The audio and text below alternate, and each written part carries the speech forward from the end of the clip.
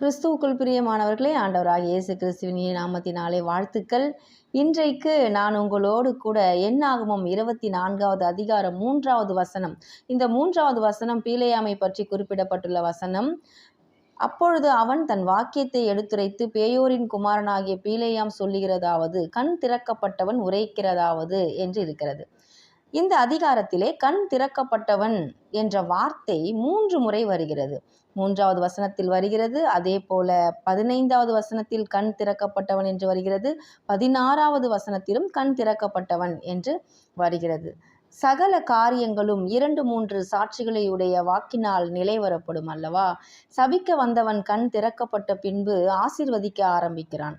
ஆம், நாம் மற்றவர்களை ஆசீர்வதிக்க வேண்டுமென்றால் முதலாவது நம் கண் திறக்கப்பட வேண்டும். ஆமேன்.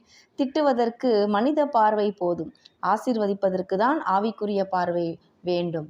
ஆம், ஆசீர்வதிக்க கண் திறக்கப்பட வேண்டும். சாதாரண பார்வை உடையவர்கள் மற்றவர்களை சபிக்கத்தான் செய்வார்கள். மனக்கண்கள் திறக்கப்பட்டவர்கள் தான் மற்றவர்களை சரியாய் பார்க்க முடியும்.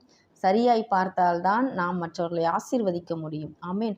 கிறிஸ்துவுக்குள் அவன் யார் என்று அவனை பார்க்கக்கூடிய அளவு நம் கண்கள் எப்பொழுது திறக்கப்படுகின்றதோ அப்பொழுதுதான் நாம் மற்றவர்களை ஆசீர்வதிக்க ஆரம்பிப்போம். ஆமேன். மனக்கண்கள் திறக்கப்பட்டால்தான் அவன் கிறிஸ்துவுக்குள் ஆவிக்குரிய அவன் அழகு என்னவென்று நாம் பார்க்க முடியும். ஹல்லேலூயா.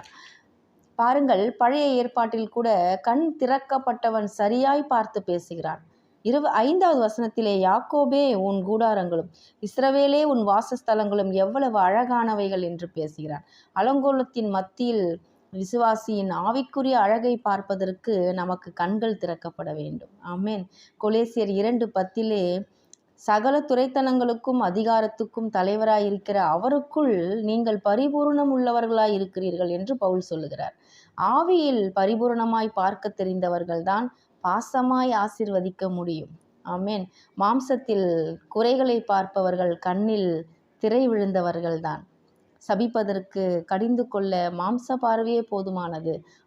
ஆசீர்வதிக்க அவரை போலவே ஆவிக்குரிய பார்வை நமக்கு வேண்டும். கர்த்தர் தாமே இந்த சத்திய வசனத்தை ஆசீர்வதிப்பாராக. ஆமேன்.